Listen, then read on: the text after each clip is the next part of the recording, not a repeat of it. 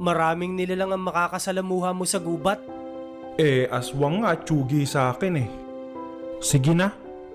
Maraming salamat sa inyong dalawa.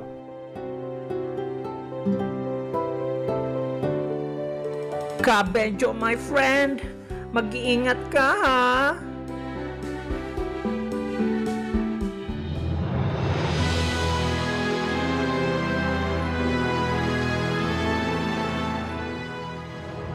Ito na ang simula ng aking paglalakbay.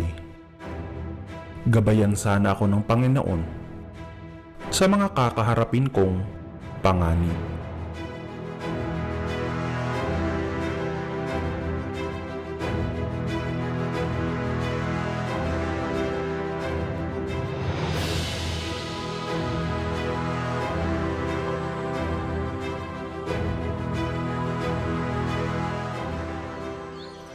Ate, ito ho ba ang daan papuntang Bundok Talisay?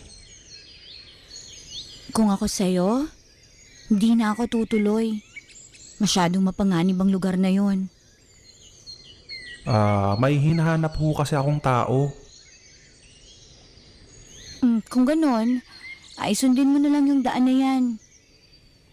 Nako, maraming salamat ho, Miss. Aida. Ako si Aida. Magdidilim na rin. Mapanganib sa gubat mag-isa. Kung gusto mo, sa bahay ka muna magpalipas ng gabi.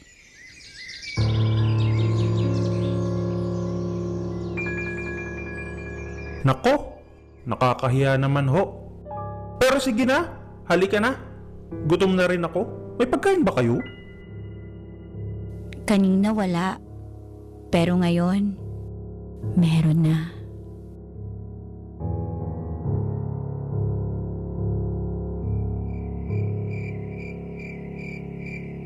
Ate Aida, Ha? mag-isa ka lang ba dito?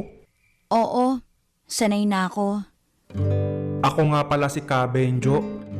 Baka hindi nyo lang naitatanong. Benjo?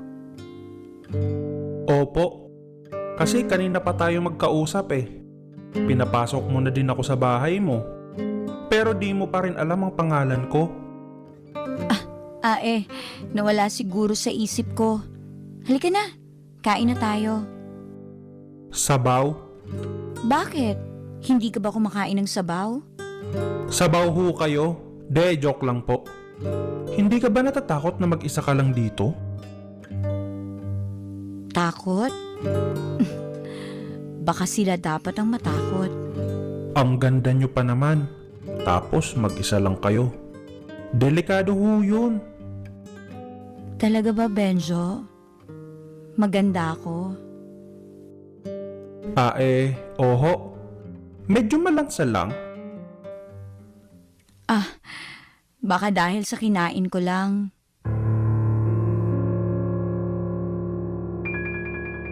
Kinain?